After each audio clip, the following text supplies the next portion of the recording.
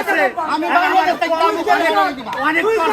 অনেক বাড়ছে আমার জায়গায় দেখেন দাগ দেখেন জায়গায় 15 লাখ টাকা দিছেন না 5 লাখ টাকা দিছেন এই মেরে কথা কম 15 লাখ টাকা দিছে আগে দেখছেন এখনই পল্লী নিতে 15 লাখ টাকা আমার বাপের সমস্ত ভিটা কাটি বিক্রি করে দিছে তোরে একদম আপনি একটু ছাড়েন, কথা বলি। এই কাকা, ধৈর্য ধরেন। আপনার অনেক বড় একটা আর্থিক ক্ষতি হয়েছে। আবার কয় দড়ি খুলতে আর আমি দাদা চুপ করে দাঁড়িয়ে থাকবি তুই। চাচা শোনেন, আপনার যেহেতু অনেক বড় আর্থিক ক্ষতি হয়েছে, এটার মাধ্যমে আমরা এটাকে ছাড়বো না। এনার বিচার হবে, আপনি একটু ধৈর্য ধরেন। হ্যাঁ, এনার আমার কি ধৈর্য ধরুন বাবা, আমার তো জায়গা জমি সব শেষ, আমার ওর ঘরে পিঠা চাইরা কিচ্ছু নাই। ঠিক আছে, বুঝতে আমার মনে হয় না, চাচা, আরে আপনি কি দেখছি কথা দেন আমি এখন আমার কাম করে থাকতে আমি এখন কাম করে খাইতেছি। 20 বছর বাদ আমার বাপ পায়ে আমি তোরে পাবো, আমি তোরে পাবো। আমি ছেলে কে বিদেশ যাই নাই আমি ছেলে কি বিদেশ যাই নাই আমার ছেলেকে বাড়া দিতে হবে, ছেলে তাহলে আমি কি করলাম? কি করছেন?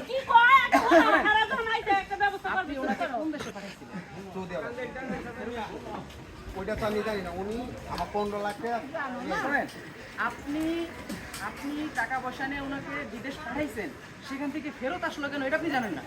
আপনি কিসের দালাল? আপনি যে দালাল, শুনেন, আপনি আপনি দিগান। যে মানুষকে বিদেশে পাঠান, বিদেশে যাওয়ার এই যে বোনের কোনো খাওয়ার নাই, কথা নাই, কিচ্ছু নাই। দেখাইতে পারবেন আপনি? অবশ্যই দেখে হ্যাঁ হারামজাদা তুই একটা দেখে পারবি না। ভাই, এখানে যত লোক আছে সবাই এরা প্রতারিত হচ্ছে ভাই, সবাই প্রতারিত হচ্ছে।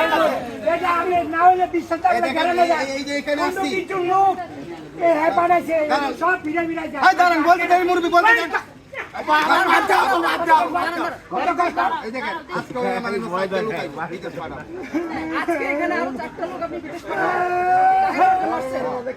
এই যে আমার বুলারা, এই যে আমার বুলারা, মাইরা কিচ্ছু নাই, নাই।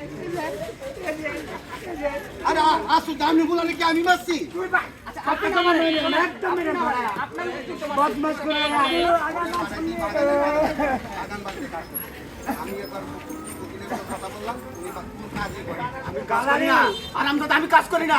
আমার কয় যে ওখানে আমারে বলে তোর লোক টাকা পরিশোধ করে নাই, তোর এখানে কোনো কাজের জায়গা না, তুই দেশে চলে যা। আরো টাকা 5 লক্ষ টাকা দাবি করে। আরো কোথা থেকে দেবো? আমার বাবা তো সব কিছু বিক্রি করে সাই দিয়ে দিছে, আমি কোথা থেকে দিব আমার বাবা?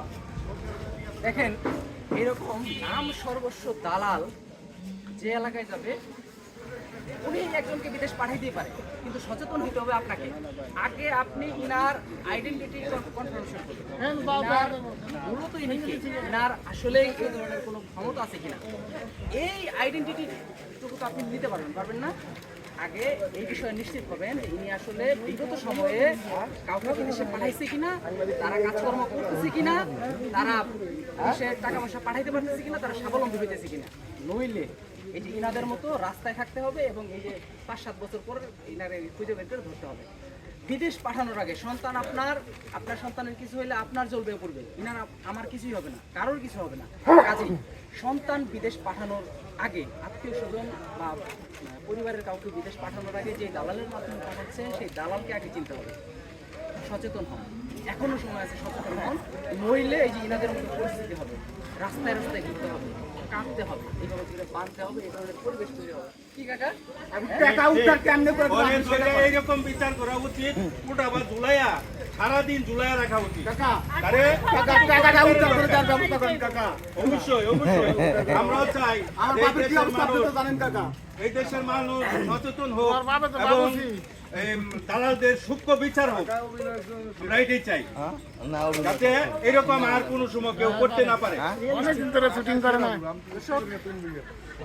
এই ঘটনার সমাধান এলাকার মুরব্বীরা করবে, তবে আপনারা এই ঘটনা দেখে সচেতন হয়ে যান।